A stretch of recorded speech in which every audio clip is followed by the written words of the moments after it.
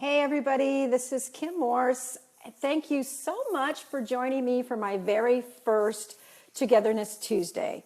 So what are we doing for Togetherness Tuesday? Well, what we're going to do is I'm going to come on every Tuesday and I'm either going to give some sort of relationship tips, I'm going to answer questions from the people that follow me, from my readers, and so if you have a question while we're online, hey Tracy, good to see you. If you have a question for me while I'm online, go ahead and post it in the comments and we will try and get to it while we're live today.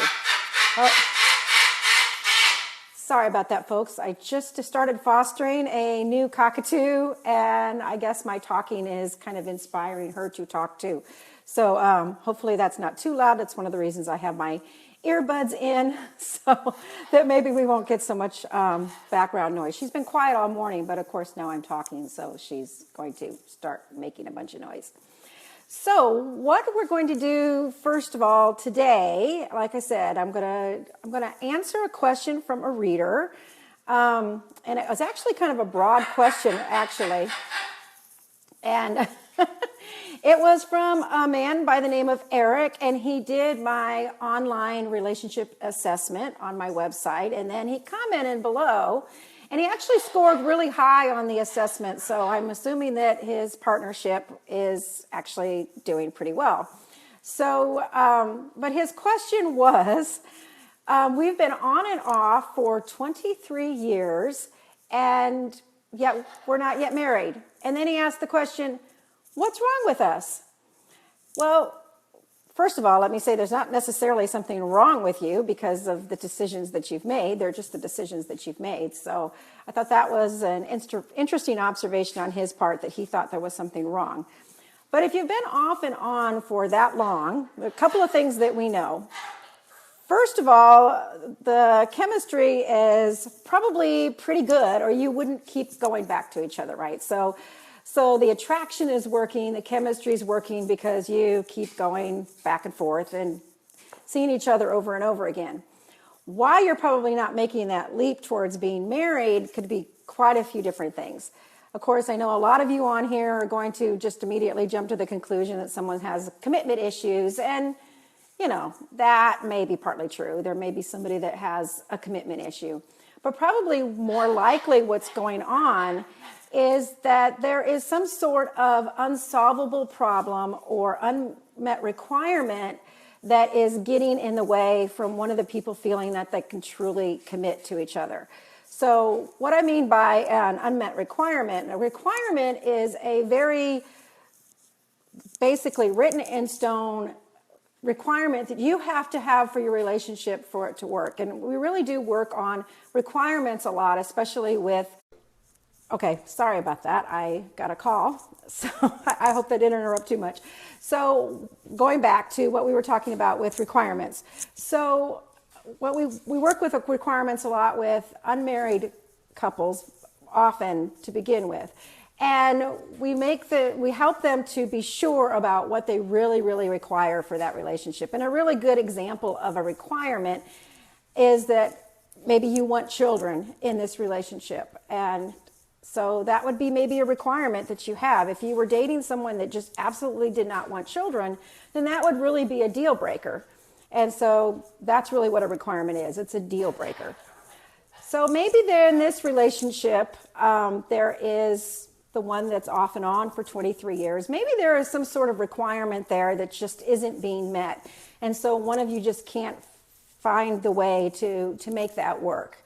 But you know, the attraction's still strong, so you keep going back. But if there's a requirement that's really not being met in the relationship and you're not married yet, then probably it's best to move on and not commit to that relationship because you're always going to have that requirement that's getting in the way. And then we have things that are called what we call unsolvable problems. Now, a marriage can have an unsolvable problem. It may just be a really big, huge personality difference, and you're seeing it as a problem. You're seeing it as something that you can't get solved because, as an example, if you're an extrovert and you're married to somebody that's an introvert, well, there may be some issues there. As the extrovert, you're wishing the introvert would be more active and more vocal. And as the introvert, you're wishing that the extrovert would be a little more quiet and a little more calm. So that's probably an unsolvable problem if you look at it as a problem. But we can kind of turn those around sometimes and turn those into strengths where we can see how our partner is really complimenting us and helping us to maybe grow in our own self and in the relationship. But that can get in the way a lot of times when somebody's looking at a commitment. They can see this unsolvable problem and see something really, really huge that may be manageable. So my advice to Eric would be to, first of all, look and make sure that there's not a deal breaker that's not being met. And if there is, well, then maybe it would be best not to make that commitment. Or maybe it's just some sort of unsolvable problem that you're afraid is going to continue to get in the way. So, maybe kind of work on that. Maybe meet up with a relationship coach and see if that's something that they can help you get some clarity on, because that's what we do. So that's another thing that I just really wanted to, oh, hi, Sam. How are you? Thanks for joining me. We'll see you later. So the other thing that I really wanted to talk about just briefly, because people ask me this all the time, what is a relationship coach? Okay, first of all, let me clarify that a relationship coach is not a counselor. You're not going to counseling if you come to me. What you're doing is you're coming to me to help you to refine your skills in your relationship, to maybe get some clarity on things like requirements or unsolvable problems, to really manage the differences in your relationship and find some really great solutions, and to help you move forward in that. So relationship coaches primarily work with functioning couples. You don't have to be completely functioning, because a lot of times if you're coming to coaching, there's something that you're not being able to get solved, and you're seeing that as not functioning. But you probably are functioning, you're just stuck. Okay, so when I say not someone that's not functioning, I mean someone that really has some really deep-seated issues. And if you have some really deep-seated issues, then of course I would recommend that you go to a counselor or a therapist. But we'll talk more about relationship coaching and what that means in some other sessions. But it's great for pre-committed couples or couples that are thinking about getting married, like Eric, and are maybe stuck in whether that's the right thing to do or not. Or it's great for couples that really just want to take the relationship to the next level, or solve an unsolvable problem, or someone that's just not communicating the way they really like to communicate, because we just don't know what we don't know sometimes. And when you come to someone like me that's a relationship coach, I may have a lot of tools and skills that I can help you with, and then that helps to increase your knowledge.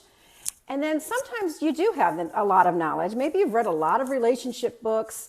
You're one of these people that just goes out and you buy a bunch of books, and that's great. You're gaining a lot of knowledge. But what a coach can help you do is to take the knowledge that you have and actually put it into practice in your relationship. So I kind of become the space between the two people in this relationship, and help them to see the other person's perspective, help them to develop those skills, and really help them to move forward with the knowledge that they have. So that's pretty much all that I had today, unless anyone has some questions, and I haven't seen any questions posted here today. So I really encourage you, if you would like your questions answered on Togetherness Tuesday, to send me an email or private message me on Facebook, because I will respond to every single comment that I have. And let me know if you would like your questions answered. And thanks for all the hearts, everybody. I love the hearts.